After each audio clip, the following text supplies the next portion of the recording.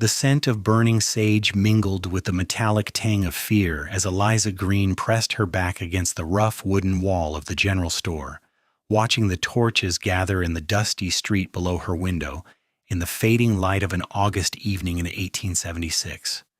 She had known this day would come eventually, had felt it approaching like a summer storm across the Arizona Territory plains, but that knowledge did nothing to calm the wild hammering of her heart as angry voices rose from the growing crowd outside. Eliza was 22 years old, unmarried, and worse than that in the eyes of the God-fearing folk of Redemption Creek.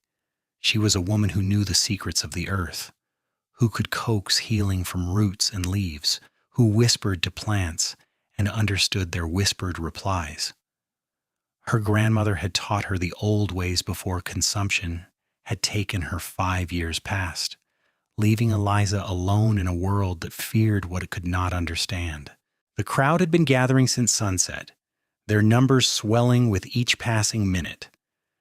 Eliza recognized most of the faces twisted with suspicion and righteous fury. There was Cornelius Hatch, the banker whose wife she had treated for fever just 3 months prior, Margaret Simmons, whose daughter had survived a terrible infection thanks to Eliza's poultice of golden seal and honey. Even Reverend Blackwell stood among them, his Bible clutched in one hand and a torch in the other, his mouth moving in what she assumed were prayers for her damned soul. The catalyst had been predictable in its tragedy. Young Timothy Morrison, the blacksmith's son, had taken ill with something Eliza could not cure, something that went beyond her knowledge of herbs and remedies. She had told his parents to fetch the doctor from Silver Falls, 20 miles south, but the boy had died before sunrise. By noon, whispers had begun circulating through the town. By afternoon, those whispers had grown into accusations. Now, as darkness crept across the desert sky, those accusations had transformed into a mob. Eliza watched through the window as more townspeople joined the gathering, their faces illuminated by flickering torchlight. She counted perhaps 40 souls, maybe more. Her small room above the general store suddenly felt like a cage, the walls pressing in as surely as the crowd below. She had no family to speak for her, no husband to shield her with his name and protection. She was alone, as she had been for most of her adult life, and the realization settled over her like a shroud. The shouts grew louder, more insistent. Someone threw a rock that clattered against the storefront below. Another followed, then another. Eliza heard the splintering of wood, the crash of breaking glass. Old Samuel Porter, who owned the general store and had rented her the room above, would be furious about the damage, though she suspected his anger toward her would outweigh any frustration with the mob. "Witch!" someone screamed, and the word was taken up by others, becoming a chant that echoed through the street. "Witch! Witch! Witch!" Eliza closed her eyes, willing herself to remain calm. She had done nothing wrong. She had helped these people, healed their children, eased their suffering. Surely they would remember that. Surely someone would speak in her defense. But as the minutes crawled past and the crowd's fury only intensified, that hope began to crumble like dried adobe in the desert wind. She did not hear the door to her room burst open, so lost was she in the spiral of her own fear. She spun around as heavy footsteps crossed the threshold, her hand instinctively reaching for the small knife she kept for cutting herbs. But the man who entered held up his hands in a gesture of peace, his gray eyes steady and calm despite the chaos below. "Miss Greene," he said, his voice low and urgent, "we do not have much time." Eliza recognized him, though they had never formally met. Cole Garrett, a cowboy who worked one of the larger ranches outside town, she had seen him occasionally in Redemption Creek when he came for supplies, had noticed the way he carried himself with a quiet confidence that seemed rare in these parts. He was perhaps 26 or 27, tall and lean with sun-darkened skin and dark hair that fell past his collar. There was a hardness to him, the kind that came from long days under an unforgiving sun and longer nights under indifferent stars. but his eyes held an unexpected gentleness. "What are you doing here?" Eliza managed, her voice barely above a whisper. "Stopping something terrible," Cole replied. He moved to the window, peering down at the mob before turning back to her. "They mean to hurt you, Miss Greene, maybe worse." "I have done nothing wrong," Eliza said, hating the tremor in her words. "I tried to help that boy. I tried to save him." "I know," Cole said simply. "I know you did. But fear makes people cruel, and grief makes them stupid. Right now, that crowd down there is both." Another crash from below, louder this time. The mob was getting bolder, their fear transforming into action. Eliza could hear Samuel Porter's voice raised in protest, trying to protect his property, but he was quickly shouted down. "Come with me," Cole said, extending his hand. "There is a back stairway. We can get you out before they make it up here." Eliza stared at his outstretched hand, her mind racing. To run would be to admit guilt in the eyes of many. To stay would be to face whatever judgment the mob had decided upon. Neither choice offered much hope, but at least running gave her a chance at survival. She placed her hand in his, feeling the rough calluses of a working man, the strength in his grip. "Why are you helping me?"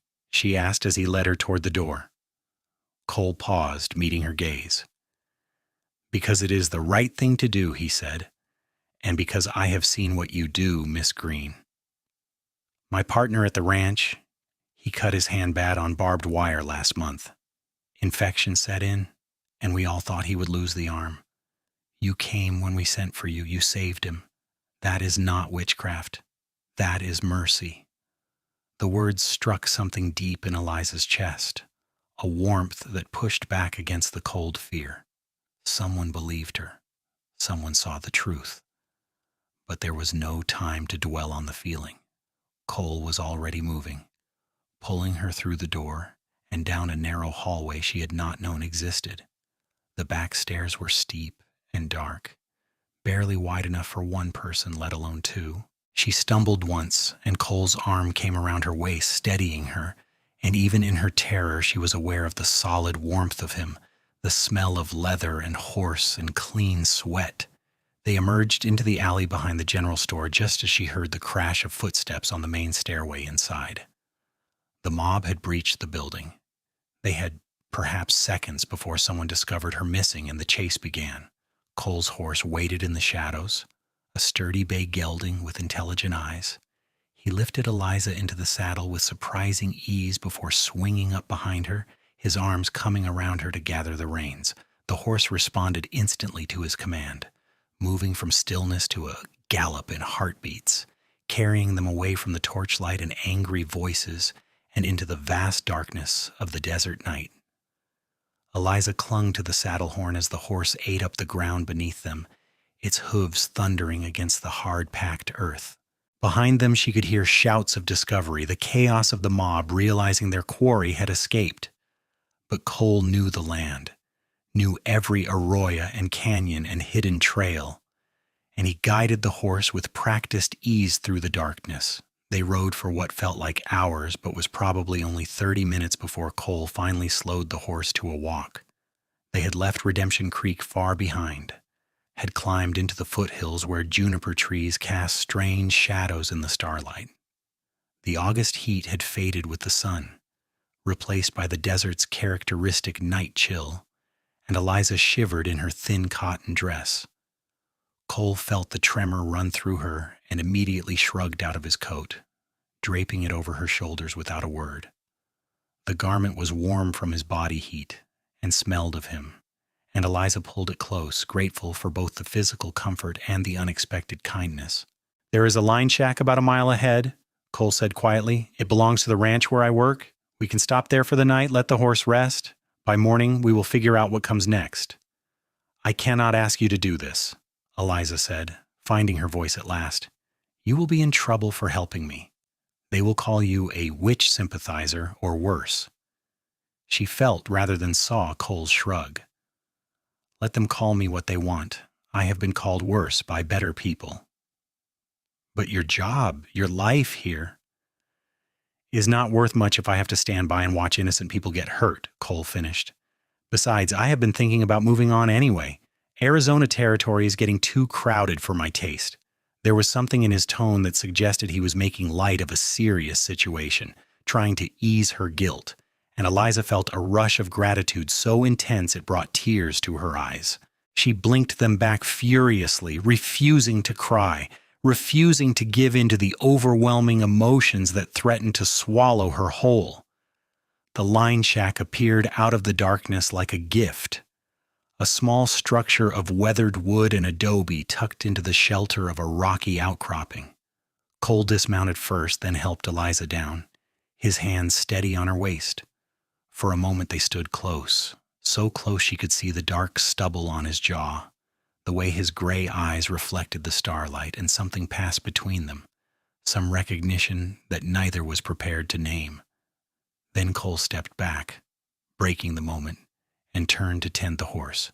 Eliza watched him work, noting the efficiency of his movements, the gentle way he spoke to the animal as he removed the saddle and bridle. This was a man who cared for the creatures in his charge, who understood that strength should be tempered with kindness. The line shack was sparse but functional, containing a small stove, a rough wooden table with 2 chairs, and a narrow bed covered with a worn quilt. Cole got a fire going in the stove while Eliza stood awkwardly in the center of the single room, unsure what to do with herself now that the immediate danger had passed. "You should rest," Cole said, gesturing toward the bed. "I will keep watch. Make sure no one followed us." "I cannot take the only bed," Eliza protested. "You can and you will," Cole replied, his tone leaving no room for argument. "You have been through hell tonight, Miss Greene. Let me at least give you a few hours of peace." Eliza wanted to argue further, but exhaustion was catching up with her, dragging at her limbs and clouding her thoughts. She sank onto the bed, still wrapped in Cole's coat, and watched him settle into one of the chairs by the door, his rifle across his knees. "Mr. Garrett?" she said softly. He looked up, one eyebrow raised in question. "Thank you," she whispered, "for believing me, for saving me." Something flickered across Cole's face, an emotion too quick to name. "Try to sleep," he said. "We have a long day ahead of us tomorrow." Sleep seemed impossible, but Eliza's body had other ideas. Within minutes, she felt herself drifting, the events of the day finally catching up with her. Her last conscious thought was of Cole Garrett sitting vigilant by the door, standing between her and the world that wanted to hurt her, and she felt safer than she had in years. She woke to the smell of coffee and bacon frying, the morning sun streaming through the single window of the line shack. For a moment, Eliza could not remember where she was or how she had gotten there. Then memory returned in a rush, and she sat up abruptly, her heart racing. Cole was at the stove, cooking breakfast with the same quiet efficiency he brought to everything else. He glanced over his shoulder as she stirred. "Morning," he said. "Food will be ready in a minute. There's water in the basin if you want to wash up." Eliza rose on unsteady legs, her body stiff from the previous day's ordeal. She used the water sparingly, knowing how precious it was in this arid land, and did her best to tame her dark hair into some semblance of order. When she turned back, Cole had set the table with tin plates and cups, the simple meal looking like a feast after the terror of the previous night. They ate in companionable silence for a few minutes before Cole spoke. "I have been thinking about our option, he said. "Redemption Creek is no longer safe for you, that much is certain. But there are other towns, other places where you could start fresh." "Where no one knows me as a witch," Eliza said bitterly. "Where no one knows you as anything," Cole corrected gently. "A blank slate. A new beginning." Eliza pushed bacon around her plate, her appetite fading. "And what would I do in this new place? I have no skills beyond healing, and if I cannot use herbs without being accused of witchcraft, then I have nothing." "That is not true," Cole said. "You have courage, intelligence, and a kind heart. Those are worth more than any skill." She looked up at him, surprised by the conviction in his voice. "You do not know me well enough to say such things." "I know enough," Cole replied. He set down his fork, meeting her gaze squarely. I know you risked your own safety to help my friend when you did not have to. I know you stayed in that room last night even when you must have been terrified because running would have made you look guilty. I know you care about doing right by people even when they do not deserve your kindness. That tells me everything I need to know. Heat crept into Eliza's cheeks, and she looked away, uncomfortable with the praise. She was not used to being seen so clearly, to having someone look past her reputation and see the person beneath. I was thinking, Cole continued, his tone shifting to something more practical. There is a town called Willow Springs about 3 days' ride from here. It is bigger than Redemption Creek, more established. They have a proper doctor there, but I hear he is getting old and could probably use help. If you were willing to work with him, to learn more formal medicine alongside your herb craft, it might give you the protection of respectability. You have given this a lot of thought, Eliza observed. Cole shrugged, a hint of color in his own cheeks now. I had all night to think, not much else to do while standing watch. And what about you? Eliza asked. You said yourself that helping me will make you suspect. Where will you go? Something shifted in Cole's expression, a hesitation that had not been there before. I suppose that depends, he said slowly. On what? On whether you would mind company on the ride to Willow Springs, Cole said. The words coming out rushed, as though he was afraid he might lose his nerve if he did not speak quickly. And maybe on whether you might need someone to help you get settled there. Find a place to live, make introductions, that sort of thing. Eliza's heart gave a strange lurch in her chest. That could take weeks, she pointed out. Could take months, depending, Cole agreed, his gray eyes steady on hers. You would give up your job, your life in Redemption Creek just to help me? I told you last night I was thinking about moving on anyway, Cole said. This just gives me a reason to choose a direction. He paused, then added more quietly. Besides, I find myself reluctant to say goodbye to you just yet, Miss Greene. If that is too forward, I apologize, but it is the truth. Eliza felt her breath catch. She had been alone for so long, had grown so accustomed to keeping people at arm's length for fear of their judgment, that she had forgotten what it felt like to have someone want to be near her. It was terrifying and thrilling in equal measure. I think, she said carefully, that I would appreciate the company, Mr. Garrett, and perhaps you could call me Eliza, given the circumstances. A smile spread across Cole's face, transforming his features from merely handsome to something close to beautiful. Only if you call me Cole, he replied. I think we are past the point of formalities. They finished breakfast in a lighter mood, and Eliza found herself actually looking forward to what came next instead of dreading it. With Cole beside her, the future seemed less bleak, full of possibility rather than just danger. After they cleaned up from the meal, Cole went to check on the horse while Eliza gathered what few possessions she had managed to escape with. It was not much, just the clothes on her back and a small leather pouch containing some of her more precious herbs. Everything else, her grandmother's books, her supplies, her personal belongings, had been left behind in Redemption Creek. The loss hurt, but she tried not to dwell on it. Those were just things, after all. She was alive, and she was free, and that was worth more than any possession. They set out within the hour, Cole once again taking Eliza up behind him on the horse.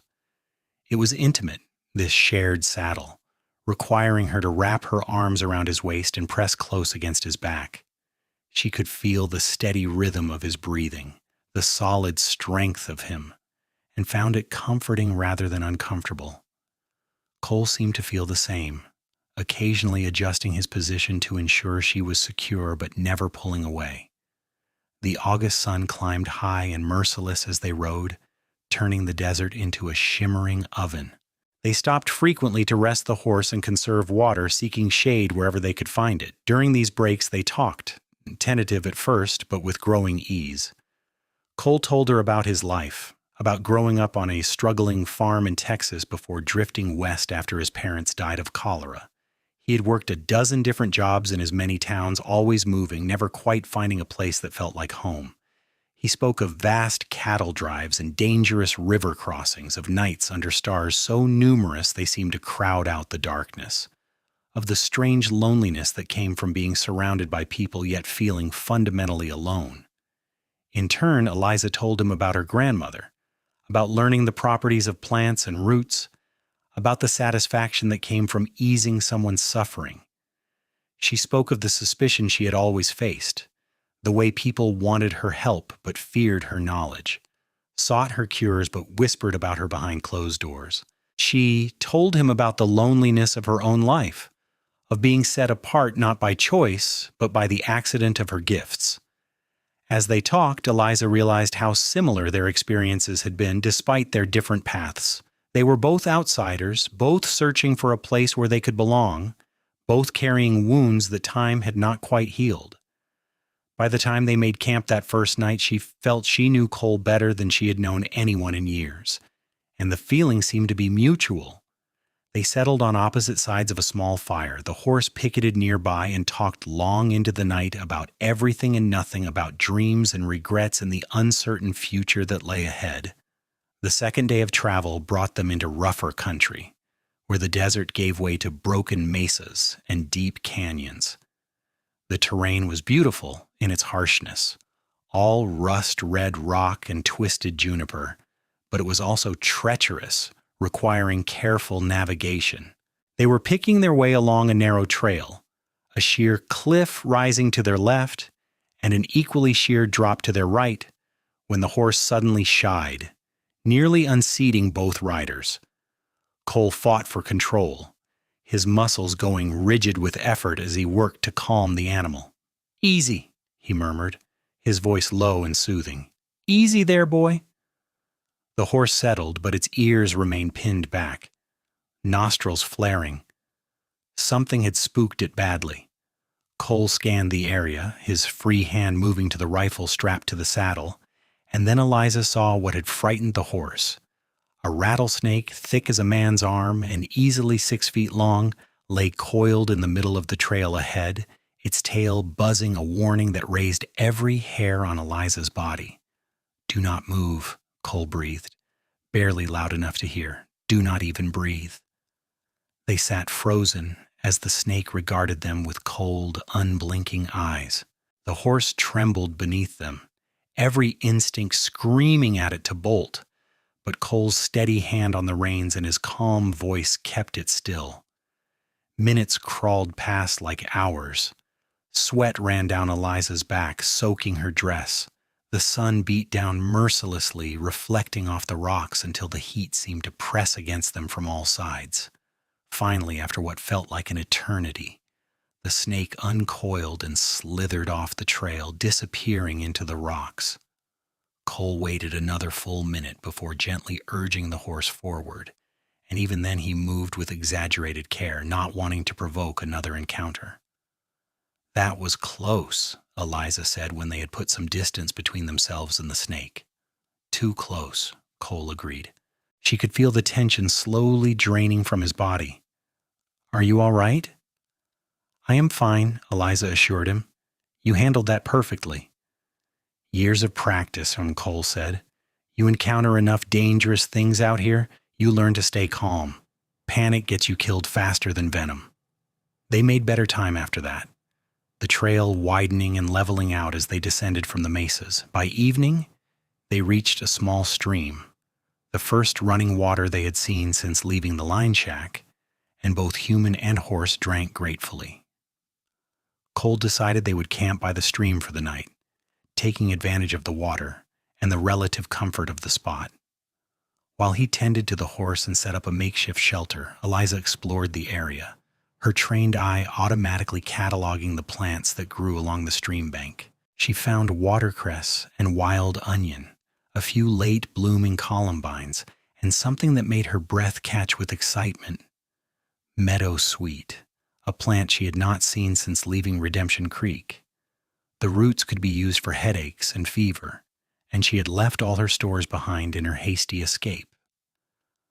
Working quickly, she harvested some of the plant, careful to take only what she needed and leave enough to ensure its continued growth.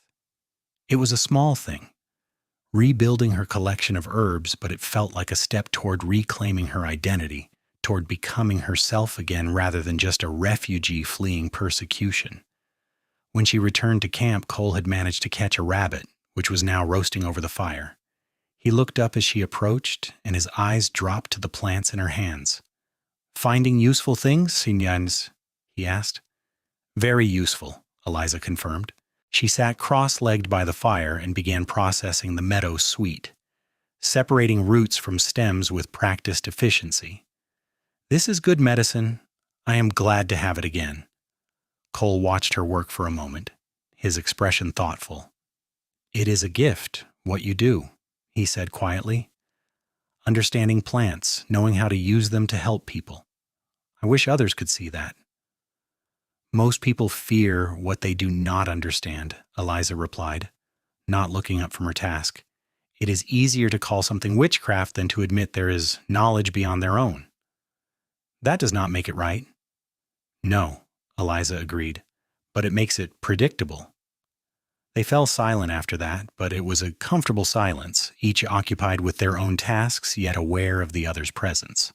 Eliza found herself stealing glances at Cole when she thought he was not looking, taking in the strong line of his jaw, the way firelight played across his features, the gentleness in his hands as he tended the cooking rabbit. Something was growing between them, she realized. Something more than gratitude or shared circumstance. She felt it in the way her heart quickened when he smiled at her, in the unexpected safety she felt in his presence, in the way her thoughts kept circling back to him even when she tried to focus on other things. It was dangerous, this growing attachment. They had known each other for barely 2 days. He was helping her out of kindness, not romantic interest. Getting her hopes up would only lead to heartbreak when they reached Willow Springs and he inevitably went his own way. But even as she told herself these sensible things, Eliza could not quite suppress the warmth that bloomed in her chest when Cole handed her a portion of the cooked rabbit, their fingers brushing in the exchange, or the way her pulse jumped when he smiled at her across the fire. The 3rd day of travel brought them within sight of Willow Springs. The town was larger than Redemption Creek, as Cole had promised, sprawling across a wide valley where a natural spring fed a series of ponds that gave the place its name. Even from a distance, Eliza could see that it was more prosperous, with proper streets and buildings that looked sturdy and well-maintained. "What do you think?" Cole asked, as they paused on a rise overlooking the valley. "It looks promising," Eliza admitted, "less isolated than Redemption Creek, which might mean more open-minded people. Or at least people with too many problems of their own to worry about their neighbors," Cole suggested with a wry smile. They rode into town in the late afternoon when the worst heat of the day had passed, but the sun still hung well above the horizon. People turned to watch them pass, curious but not hostile, and Eliza felt some of the tension she had been carrying begin to ease. Cole led them directly to the doctor's office, a neat building on the main street with a sign proclaiming it the domain of Dr. Nathaniel Hodges. They dismounted and Cole tied the horse to the hitching post before following Eliza to the door. The man who answered their knock was in his 60s, with silver hair and shrewd blue eyes behind wire-rimmed spectacles. He looked them over with a physician's assessing gaze before speaking. "Can I help you?" His voice was cultured, with a hint of an Eastern accent. "Dr. Hodges?" Cole asked. At the man's nod, he continued, "My name is Cole Garrett, and this is Eliza Greene. We were hoping we might speak with you about a possible position." Dr. Hodges' eyebrows rose. "What sort of position?" "Miss Greene has considerable experience with herbal remedies and healing," Cole explained. "We were hoping you might need an assistant, or at least be willing to take on an apprentice." The doctor's gaze shifted to Eliza, assessing her anew. "Is this true, Miss Greene? You have medical experience?" "I have treated various ailments using plant-based remedies," Eliza said carefully. "Fevers, infections, wounds, digestive complaints, and other common illnesses. My grandmother taught me her knowledge, and I have been practicing for about 5 years." "Plant-based remedies," Dr. Hodges repeated. He was silent for a moment, then stepped back from the door. "Why do not you both come in? I would like to hear more about this." They followed him into a tidy office that smelled of carbolic and medicine. The doctor gestured for them to sit while he settled behind his desk, steepling his fingers and studying Eliza with an intensity that made her nervous. "I must ask," he said finally, "why a young woman with 5 years of healing experience is looking for work in a town where she knows no one. Are you running from something, Miss Greene?" Eliza glanced at Cole, who gave her an encouraging nod. Taking a deep breath, she decided to trust this stranger with at least part of the truth. "I was accused of witchcraft in my previous town," she said quietly. "A boy died despite my efforts to save him, and the townspeople decided I was to blame. Mr. Garrett helped me escape before the mob could do me harm." She braced herself for rejection, for the door to be firmly shown to her. Instead, Dr. Hodges surprised her by nodding slowly. "I see," he said. "And this boy who died, what were his symptoms?" The question caught her off guard. "Fever? Severe abdominal pain? Vomiting?" "The pain was concentrated in the lower right side. I tried everything I knew, but nothing helped." "Appendicitis," Dr. Hodges said. "Almost certainly. There is nothing you could have done, Miss Greene. Even with surgical intervention, which I'm sure was not available in your town, the boy's chances would have been poor. You were not responsible for his death." Tears prickled at Eliza's eyes, and she blinked them back furiously. To hear someone with medical authority confirm what she had suspected to be told it was not her fault was more relief than she had expected. "Thank you," she whispered. Dr. Hodges waved a hand dismissively. "I am simply stating facts. Now let us discuss this position. I am not getting any younger, and my arthritis makes some aspects of my work increasingly difficult. I could use someone with good hands and a working knowledge of medicine. However, I must be clear about my expectations. If you come to work for me, you will need to learn proper medical techniques alongside your herbal knowledge.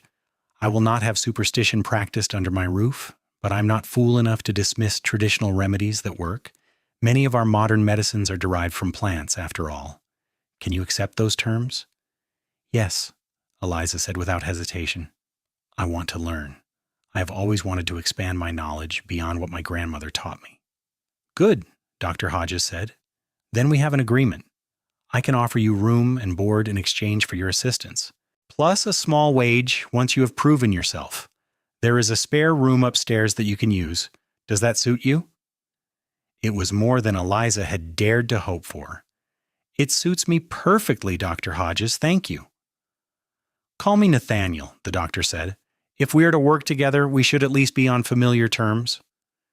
He stood, extending his hand, and Eliza shook it, feeling the papery texture of aged skin, the slight tremor of arthritis. "There is just one thing," Nathaniel said, glancing between Eliza and Cole. "I assume you two are not married?" "No, sir," Cole said quickly. "I'm just helping Miss Greene get settled." "I see," Nathaniel said, though his tone suggested he saw quite a bit more than Cole had said.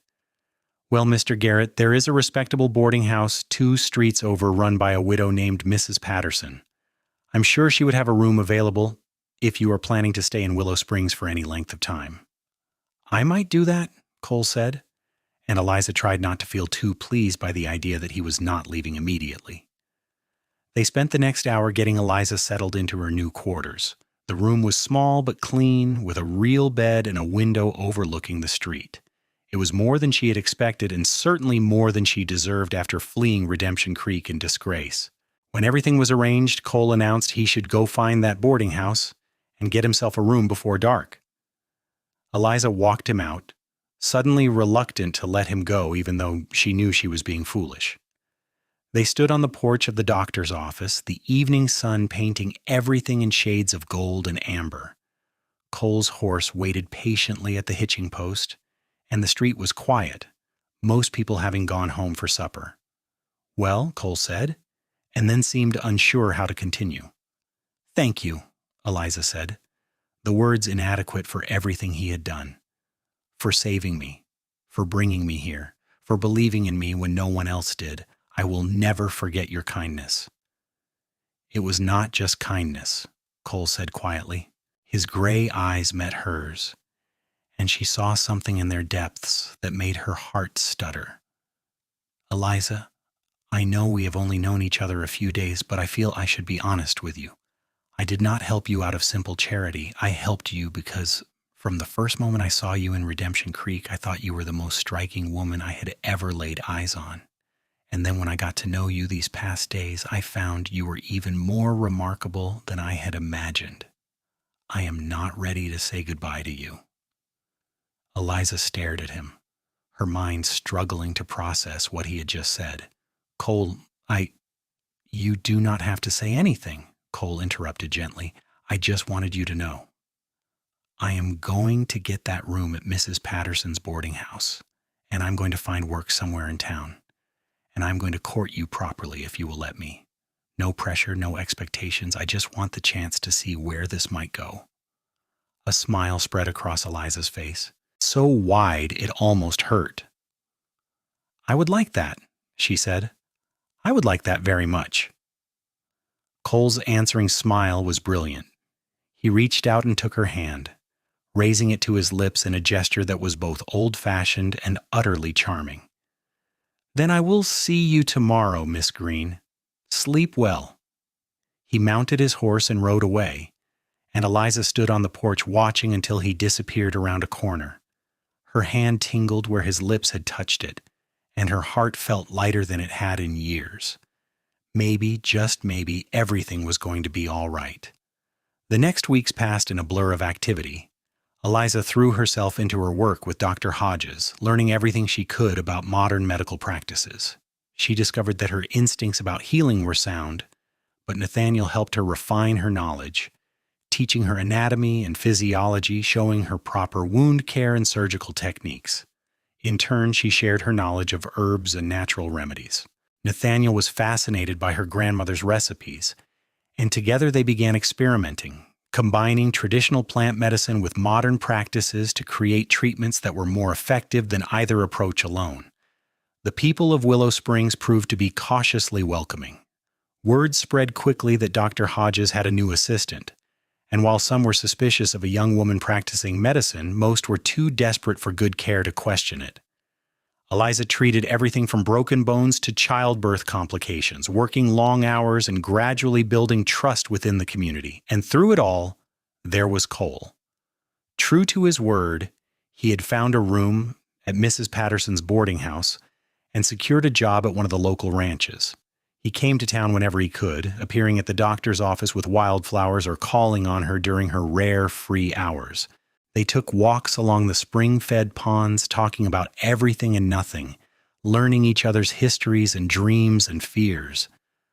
Cole was patient in his courtship, never pushing for more than she was ready to give, but making his intentions clear. He wanted to build a life with her, wanted to be the partner she had never known she needed. And with each passing day, Eliza found herself falling deeper in love with this quiet, steady man who had risked everything to save her. It was not all smooth sailing. There were people in Willow Springs who disapproved of their relationship, who whispered that Eliza must have used witchcraft to ensnare such a good man. There were moments when the fear came rushing back when she remembered the mob in Redemption Creek and wondered if it could happen again. But Cole was always there to steady her, to remind her that she was safe, that she was valued, that she had every right to build a life on her own terms. And gradually the fear faded, replaced by something stronger: hope. 3 months after arriving in Willow Springs, Eliza was in the middle of treating a patient when she heard a commotion in the street outside. Raised voices, the sound of horses, an angry crowd gathering. Her blood ran cold. It was happening again. Somehow word had spread from Redemption Creek. Someone had come looking for her. The mob had found her. She looked at Nathaniel, who had clearly heard the noise as well. His expression was grim but determined. "Finish with your patient," he said quietly. Whatever this is, we will handle it together." But Eliza's hands were shaking too badly to continue her work. The patient, a middle-aged woman with a sprained ankle, looked between them with concern. "What is happening?" the woman asked. "I do not know," Eliza admitted. She moved to the window, peering out through the curtains, and her worst fears were confirmed. There was a crowd in the street. perhaps 20 people, and at their head was Reverend Blackwell from Redemption Creek. He must have tracked her here, must have spent the past 3 months searching. And now he had found her, and he had brought enough people to finish what the mob in Redemption Creek had started. "Witch!" someone in the crowd shouted. "Come out and face justice!" Eliza backed away from the window, her heart hammering so hard she thought it might burst from her chest. This was it. This was the end. She had been foolish to think she could ever escape, to imagine she could build a normal life. But then Nathaniel was at her side, his hand firm on her shoulder. "You are not alone in this," he said. "Not this time." He strode to the door and flung it open, stepping out onto the porch with all the authority of his age and position. "What is the meaning of this disturbance?" he demanded, his voice carrying easily over the crowd noise. "We have come for the witch," Reverend Blackwell announced. He was a tall, thin man with the burning eyes of a zealot. "The woman called Eliza Greene, who practices dark arts and consorts with demons. She is wanted in Redemption Creek for the murder of young Timothy Morrison." "That is a lie," Nathaniel shot back. "Miss Greene tried to save that boy. He died of appendicitis, a condition beyond anyone's ability to cure without surgery, which I am certain was not available in your town. She is no more responsible for his death than you are, Reverend." "She used witchcraft," Blackwell insisted, "unnatural herbs and unholy rituals. She must answer for her crimes." "The only crime here is your ignorance," Nathaniel said coldly. "Miss Greene is a trained healer who has helped dozens of people in this town over the past 3 months. She works under my supervision, and I will vouch for both her skill and her character. If you have legal accusations to make, take them to the sheriff. But if you are here to form a mob, then I suggest you turn around and go back where you came from before you find yourselves on the wrong side of the law." The crowd shifted uncertainly. Some people began to melt away, clearly uncomfortable with the confrontation, but the core group remained, and Reverend Blackwell was not deterred. "She has bewitched you as well," he declared. "We will not leave without her." Eliza closed her eyes, despair washing over her. It did not matter what Nathaniel said. These people had made up their minds, and they would not rest until they had their witch to burn. Then she heard another voice, strong and clear, cutting through the tension like a knife. "Then you will have to go through me first." Her eyes flew open. Cole stood in the street between the crowd and the doctor's office, his stance wide and solid, his hands relaxed at his sides but ready to move if needed. He was alone against 20 people, but he did not look afraid. He looked absolutely immovable. "Mr. Garrett," Reverend Blackwell said, recognition flashing across his face, "I should have known you would be involved in this. You helped the witch escape justice in Redemption Creek." "I helped an innocent woman escape a mob," Cole corrected, "and I will do it again if I have to. But I do not think it will come to that. You see, Reverend, you have made a critical mistake. You came here thinking everyone would simply fall in line with your accusations, but you did not account for the fact that the people of Willow Springs actually know Eliza Greene. They have seen her work, they have benefited from her healing, and they are not going to let you take her." As if in response to his words, more people began emerging from buildings along the street. Eliza recognized many of them as patients she had treated. There was Martha Chen, whose daughter she had delivered safely after a difficult birth. John Redmond, whose infected leg she had saved from amputation. Sarah Wilson, whose terrible headaches had been eased by Eliza's willow bark tea. One by one they came to stand beside Cole, forming a barrier between the mob and the doctor's office. "Miss Greene saved my son's life," Martha said firmly. "If you want to hurt her, you will have to come through me and my family." "She is no witch," John added. "She is a healer and a fine one, better than some doctors I have met." "She has done nothing but good in this town," Sarah said. "We will not let you take her." More voices joined in until the crowd of Willow Springs residents outnumbered Reverend Blackwell's mob 2-1. The Reverend looked around, clearly realizing he had lost control of the situation. His face reddened with anger and frustration. "You are all under her spell," he spat. "You will see the truth eventually, and when you do, you will regret protecting her." The only thing we would regret is standing by and letting you hurt someone who does not deserve it, Cole said. His voice was calm, but there was steel underneath. Now I think you and your friends should leave Willow Springs. You are not welcome here. For a moment, Eliza thought Blackwell might try to push the issue. His hand moved to his belt, where she could see a pistol holstered, and several of the men with him shifted restlessly. The tension ratcheted up, violence hanging in the air like the charge before a lightning strike. Then the sheriff of Willow Springs emerged from the crowd, a grizzled man in his 50s with a star pinned to his vest and a rifle cradled in his arms. "The man is right," the sheriff said calmly. "You are not welcome here. If you have legal accusations to make, we can discuss them in my office in a civilized manner. But if you are here to cause trouble, I will arrest every last one of you for disturbing the peace and threatening a citizen of Willow Springs. Your choice, Reverend." Blackwell stared at the sheriff, then at the crowd of townspeople, then finally at Cole, who had not moved an inch. The Reverend's jaw clenched, fury radiating from him in waves, but he was not stupid enough to go up against an armed sheriff and an entire town. "This is not over," he said, his voice low and venomous. "God's justice will prevail, with or without your cooperation." "Then I guess we will take our chances with God," Cole replied evenly. "Now leave, before the sheriff makes good on his promise."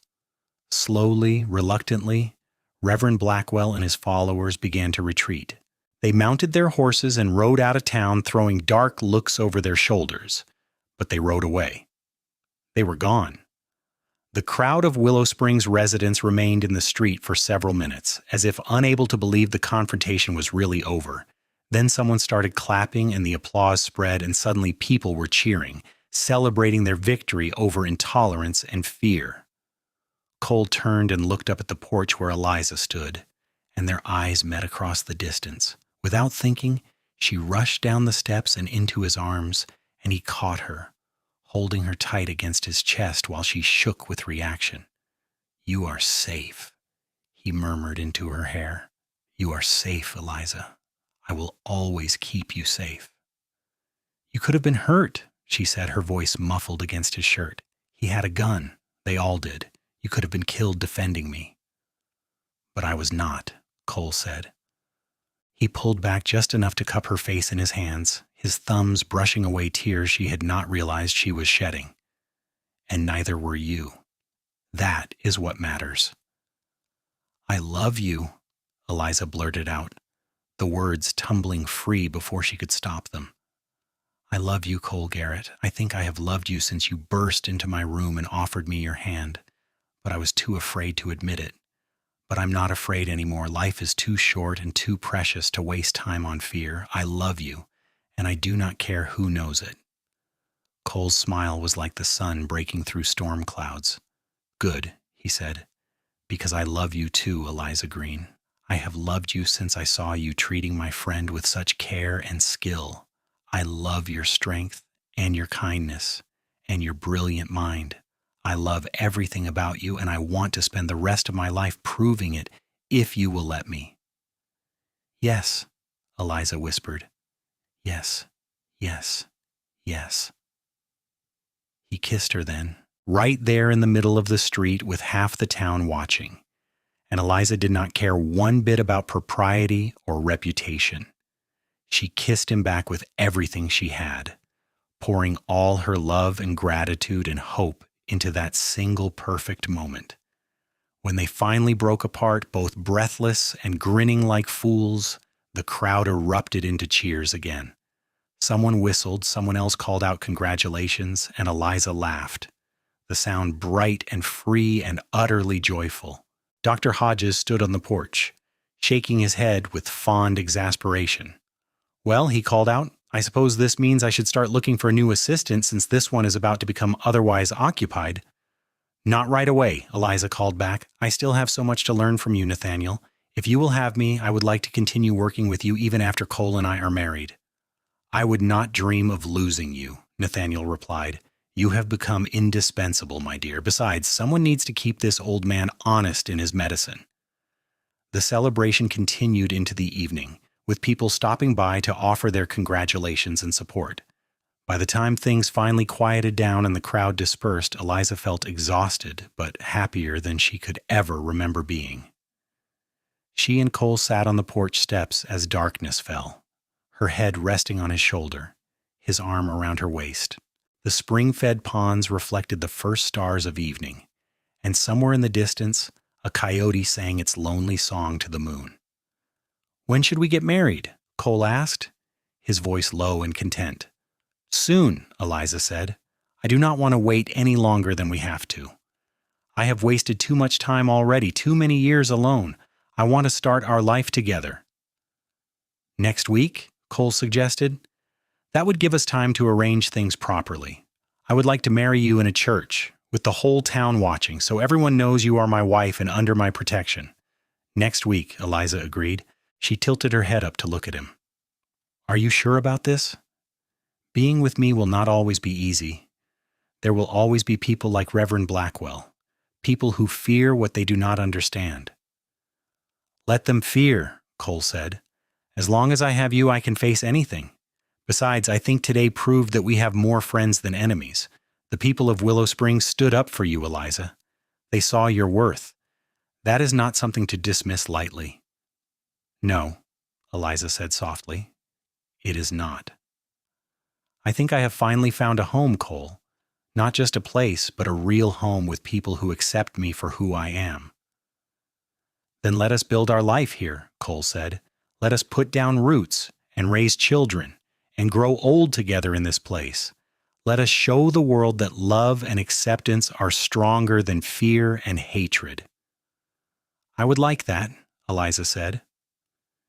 She turned and kissed him again, sweet and slow, sealing their future with that simple gesture. They were married the following Sunday in the small church at the center of Willow Springs. Dr. Hodges walked Eliza down the aisle in the absence of her own family, and she wore a simple dress of white cotton that the women of the town had helped her sew. Cole stood at the altar in his best clothes, his face lit with such joy that it took her breath away. The ceremony was simple but heartfelt, and when the preacher pronounced them husband and wife, the entire congregation erupted in applause. They walked back down the aisle, hand in hand, Mr. and Mrs. Garrett, ready to face whatever the future held together.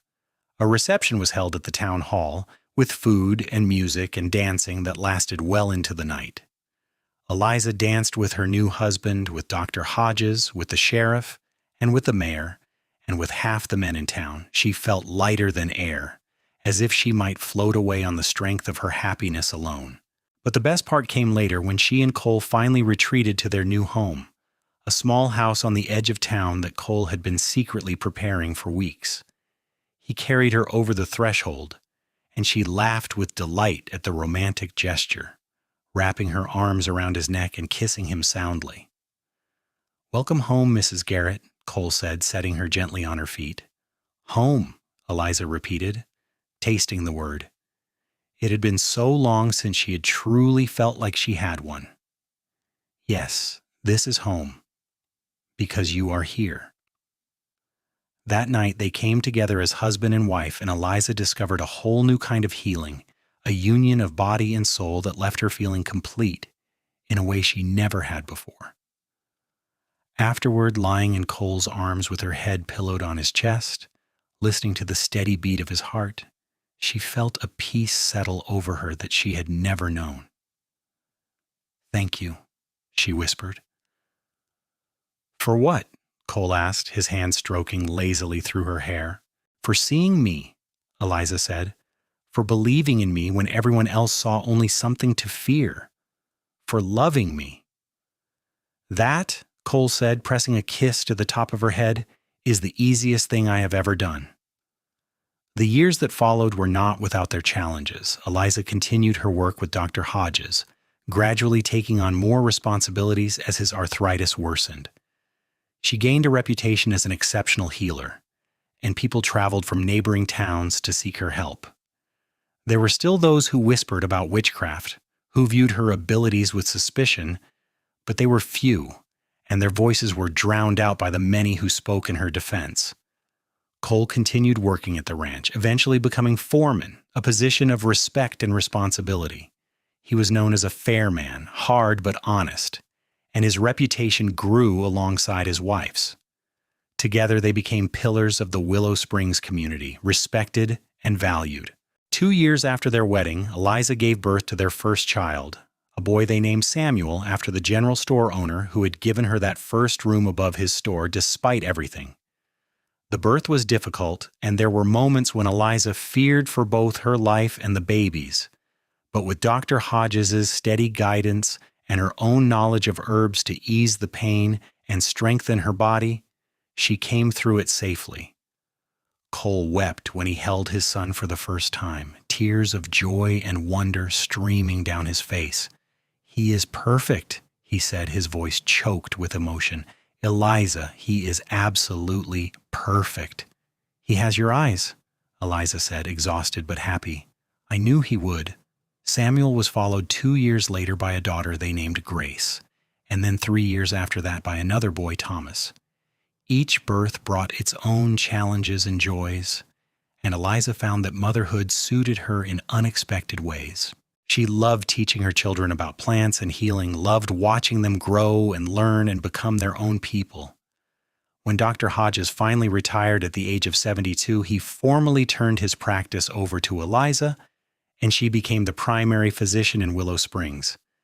It was an almost unheard of achievement for a woman, but by then she had proven herself beyond any doubt. The town held a celebration in her honor, and the mayor gave a speech about progress and breaking with tradition, and Eliza stood beside her husband and her mentor and her children and felt she must be the luckiest woman alive.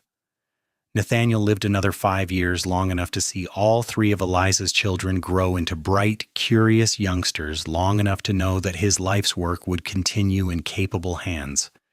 When he passed peacefully in his sleep one winter night, Eliza mourned him as she would have mourned her own father, and half the town turned out for his funeral. The years rolled on, bringing their share of sorrows and triumphs. Samuel grew into a thoughtful young man who eventually went east to study medicine formally, planning to return and practice alongside his mother. Grace showed an early talent for teaching and began working at the local schoolhouse.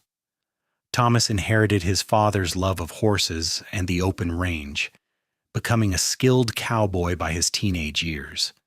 Eliza's practice expanded, and she began training other young women in her methods, passing on her grandmother's knowledge combined with the formal medicine Nathaniel had taught her. She wrote papers on herbal remedies that were published in medical journals back east, slowly helping to bridge the gap between traditional healing and modern medicine. Cole remained her constant support through everything, always ready with encouragement or practical help, or simply a strong shoulder to lean on. Their love deepened over the years, becoming something steady and enduring, a foundation upon which they built their entire life. Sometimes in the quiet evenings after the children were asleep, they would sit together on the porch of their home and look out over Willow Springs, remembering the terrified woman and determined cowboy who had ridden into town nearly 2 decades earlier. "Do you ever regret it?" Eliza asked one such evening. "Walking away from your life in Redemption Creek to help me?" Cole pulled her closer, pressing a kiss to her temple. "Not for one single moment," he said. "You gave me something I had been searching for my whole life without even knowing it.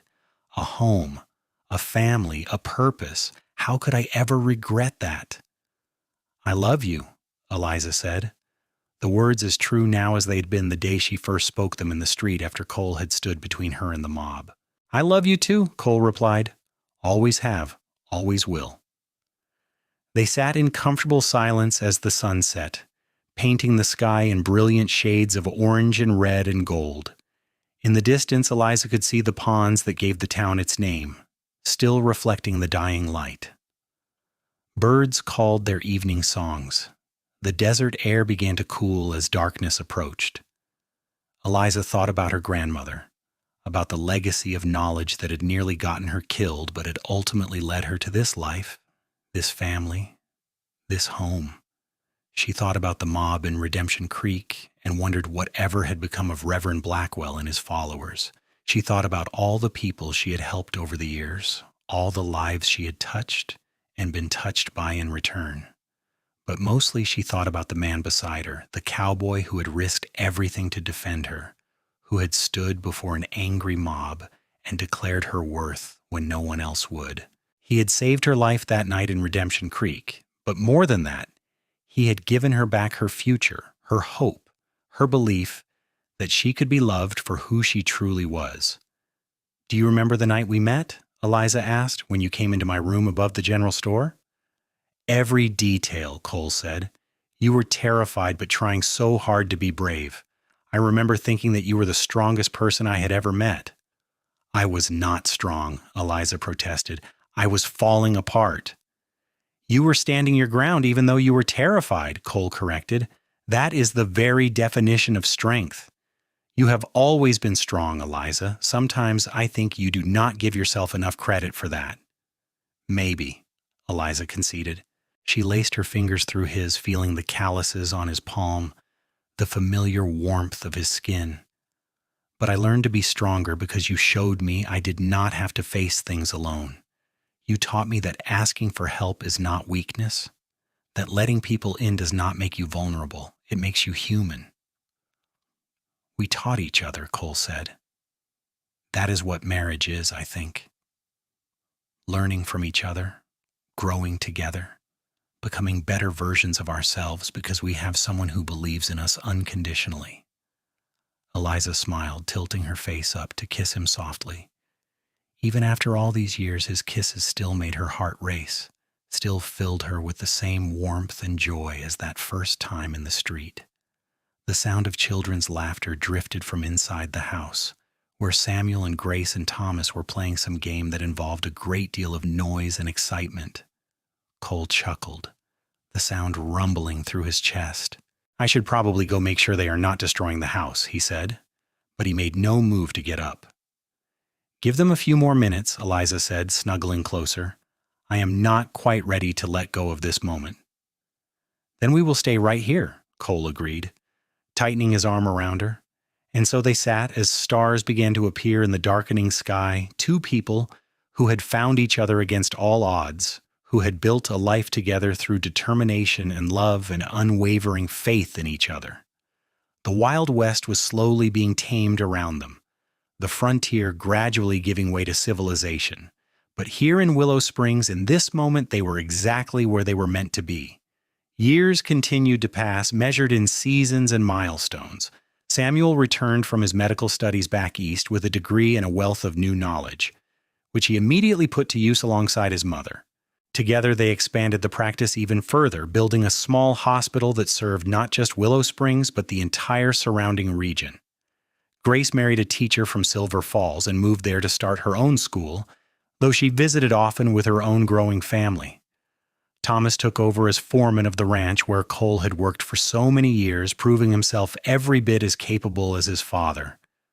Through it all, Cole and Eliza remained each other's anchor. They grew older together, their hair turning silver, their faces gaining the lines and weathering of long years under the desert sun. But their love never wavered, never faded. If anything, it grew stronger, tempered by time and trial into something unbreakable. On their 25th wedding anniversary, the town of Willow Springs threw them a celebration. It seemed like everyone for miles around attended, filling the town hall to capacity and spilling out into the streets. There were speeches and toasts, music and dancing, and gifts both practical and sentimental. The mayor stood up to speak, a younger man now than the one who had presided over their wedding all those years ago. "Cole and Eliza Garrett," he said, his voice carrying over the crowd, "represent the very best of what Willow Springs can be. They came to us as strangers, refugees from persecution, and they built a life here that has enriched this entire community. Dr. Eliza has saved countless lives with her skill and compassion. Cole has been a steady, reliable presence, a man of integrity and honor. Together they have shown us that love and acceptance are not just ideals to aspire to, but realities we can create if we have the courage to stand up for what is right." The crowd applauded, and Eliza felt tears pricking at her eyes. She looked at Cole, and he was watching her with such open love and pride that she had to look away or risk weeping in front of everyone. When the speeches finally ended and the dancing began, Cole led her out onto the floor. They moved together easily, their steps perfectly synchronized after so many years. Other couples joined them until the floor was full of swirling skirts and stomping boots, but Eliza was only aware of Cole, of his hand at her waist, of his eyes never leaving hers. 25 years, she said softly. Can you believe it has been so long? Feels like both a lifetime and no time at all, Cole replied. I can remember our wedding day as clearly as yesterday, and yet when I think of all we have done, all we have built, it seems impossible that it has only been 25 years. We have had a good life, Eliza said, better than I ever dreamed possible when I was hiding in that room above the general store waiting for the mob to find me. We have had a blessed life, Cole agreed, and it is not over yet. We have many more years ahead of us, many more adventures to share. He was right, of course. They had another decade together, full and rich and satisfying. They watched their children marry and have children of their own. They saw Willow Springs grow from a frontier town into a proper city. They witnessed the slow march of progress, the arrival of the railroad, the spread of telegraph lines, the gradual taming of the Wild West they had known in their youth. But through all the changes, some things remained constant. Eliza continued to heal, though she gradually turned more of the work over to Samuel as her own body began to slow.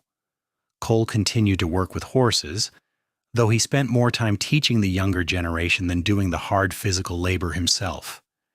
And every evening they sat together on their porch, watching the sunset and counting their blessings. When Cole finally passed, it was peacefully, in his sleep, at the age of 73. Eliza woke one morning to find him gone, his face serene, his hand still holding hers. The pain of loss was overwhelming, a physical ache that seemed to hollow out her chest and leave nothing but emptiness behind. But even in her grief, she was grateful. Grateful for every year, every month, every day they had shared. Grateful that he had gone peacefully, without suffering. Grateful for the children and grandchildren and great-grandchildren he had left behind, all of them carrying pieces of him forward into the future. The town mourned with her. Cole's funeral was attended by hundreds, a testament to the impact he had made on so many lives. Person after person stood up to share stories of his kindness, his fairness, his quiet strength. Eliza listened to it all with tears streaming down her face, proud beyond measure of the man she had loved. After the funeral, as family and friends gathered at the house to share memories and comfort, Samuel pulled his mother aside. "Are you going to be all right?" he asked, worry creasing his face. Eliza looked at her son, this grown man with his own practice and his own family, and she managed a small smile. "I will be," she said. "It will take time, but I will be." "Your father gave me 40 wonderful years, Samuel. Not everyone is so lucky. I will mourn him, but I will also celebrate him, and I will continue the life we built together because that is what he would want." "He loved you so much," Samuel said, his own eyes bright with tears. Everyone could see it. Even after all those years, he still looked at you like you were the most precious thing in the world. "And I looked at him the same way," Eliza said, "because he was. He saved me, Samuel. Not just from that mob in Redemption Creek, but from a life of loneliness and fear. He gave me everything, family, home, purpose, and all he ever asked in return was that I let him love me. That was the easiest gift I ever gave." Eliza lived another 5 years after Cole's death, years filled with her work and her family. She spent time with her grandchildren, teaching them about healing and plants and the importance of standing up for what is right. She wrote her memoirs, wanting future generations to know the story of how she and Cole had found each other, how love had triumphed over fear. When her own time came, she was ready. She was 81 years old, surrounded by her children and grandchildren, and as she drifted away, her last thought was of Cole waiting for her, his hand extended just as it had been that long-ago night when he had burst into her room and offered her salvation. The story of Eliza and Cole Garrett became legend in Willow Springs. Their tale was told to children as an example of courage and love, of standing up for the oppressed and believing in the goodness of others. The hospital that Eliza and Samuel had built was renamed the Garrett Memorial Hospital, and a statue was erected in the town square showing a man and woman standing hand in hand facing forward together. Their descendants continued their legacy, generation after generation of healers and teachers and good, honest people who carried forward the values that Eliza and Cole had lived by. The Wild West faded into history, becoming something of myth and memory, but the love story of the woman accused of witchcraft and the cowboy who defended her remained alive, passed down through the years as a reminder that even in the darkest times, even when fear and hatred threaten to overwhelm, love and courage and human decency can prevail. In the end, that was the greatest healing Eliza ever accomplished. Not any single patient saved or any specific illness cured, but the healing of a community, the bridging of the gap between fear and understanding, and the creation of a place where people were valued for their character rather than feared for their differences. It was a healing that began with one man's decision to stand before a mob and defend a woman he barely knew, and it rippled outward across time and space, touching countless lives in ways that could never be fully measured.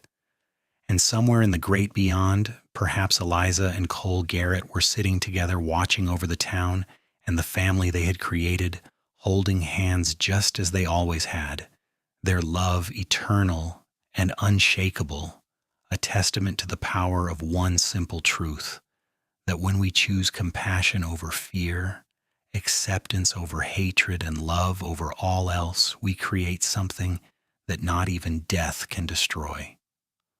The sun set over Willow Springs as it had for countless years before and would for countless years to come, painting the sky in brilliant colors reflecting off the spring-fed ponds that gave the town its name. And in the hospital that bore their names, doctors and nurses went about their work of healing, carrying forward the legacy of the woman who had once been called a witch and the man who had seen her true worth when no one else would. Their story was complete, their love story told, their legacy secured. Two souls who had found each other in the chaos of the Wild West, who had built something beautiful and lasting, who had proven that sometimes the greatest adventures are not about conquering land or striking gold, but about finding the person who sees you, truly sees you, and chooses to stand beside you no matter what the world might say. And that perhaps was the most powerful magic of all.